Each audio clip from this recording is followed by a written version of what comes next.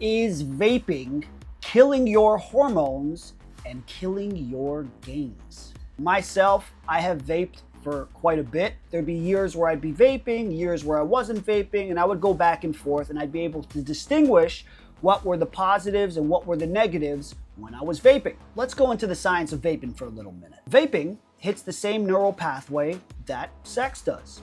It is dopamine. It's the same neural pathway that drugs do, the same neural pathway that alcohol does, the same neural pathway that anything that is bad for you that gives pleasure will give. So what's the big deal? Who cares? We're spiking dopamine a bit, right?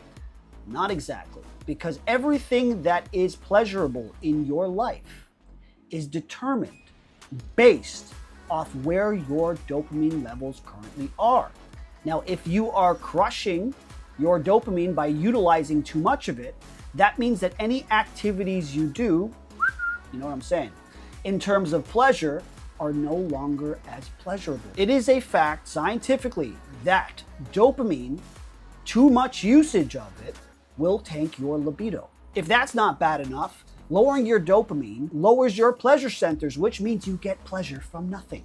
Now we know this is a problem mentally due to your dopamine regulation in the body. But what about your hormones? There was a study where e-liquid was given to rats. Rats were given e-liquid for about 4 weeks period, and they had significant oxidative stress in their cells. So what's the problem with that? You have something called Leydig cells in the body. And Leydig cells are actually located in the testicles.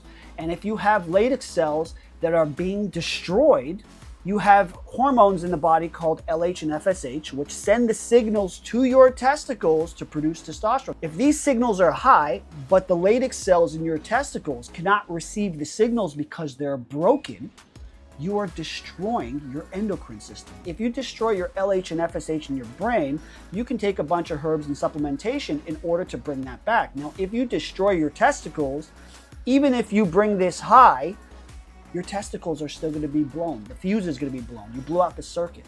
So you can see that can be problematic for permanent damage if it's done long term. Now, will you recover when you stop? Yes, Leydig cells can recover, but how long have you been vaping? How long have you been killing those Leydig cells for? And how much will it recover? Will depend on how long you've been using and your genetics. And do you really want to figure out which category you fall into if you recover or not? I didn't think so. Now, when they destroyed the Leydig cells in this study due to oxidative stress, it lowered testosterone by, get this, 50%. Half your testosterone is gone due to vaping alone. Now, if you're in the gym, you can see where that can be a problem. If you're doing the sexy time, you can see where that's a problem. If you are doing anything, even pursuing your career, testosterone is the funnel. It's what makes everything feel good.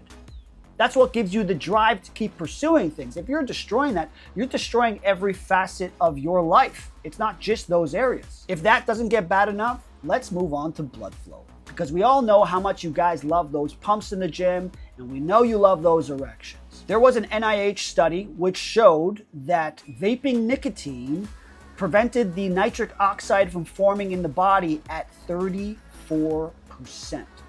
That's right. Nitric oxide is what all you guys are using, those citrulline and arginine powders that you're taking pre-workout.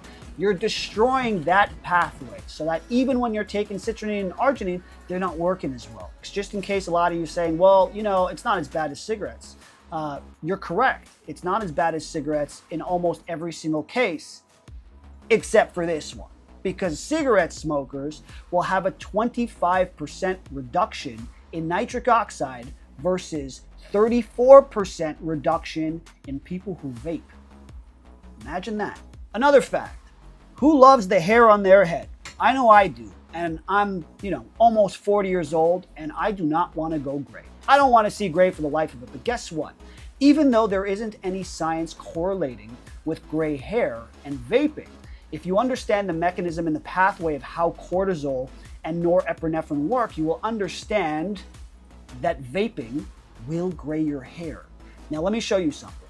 There is a study showing that elevated cortisol will not gray your hair. So great. That means that we're good, right? Not exactly, because the study ends right there. You have to piece it together. So then you go, well, what happens in the body when you raise cortisol?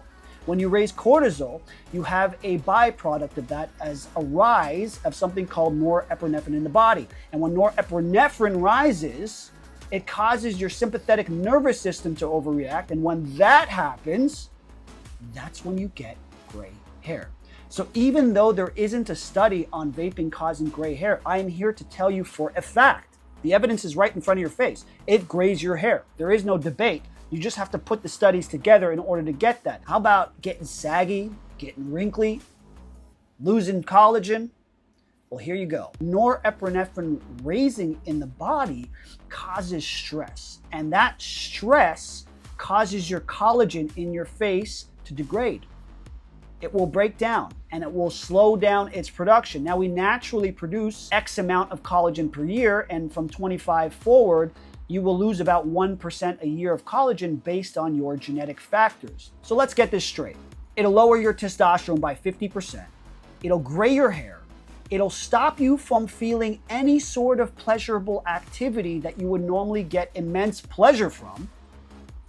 And it will age your face. Need I say more? Now, what happened when I stopped vaping? Absolutely nothing. There was no physical withdrawal whatsoever. The only thing I had when I stopped vaping was an intense need to vape, which tells me that this is 100% mental. And if this is a mental battle, we're going to do some push-ups with your brain. And how do you do push-ups with your brain? You create resistance. Resistance meaning resist the urge to vape. And not only will you be healthier, but you will be a hell of a lot mentally stronger. Till next time, ciao.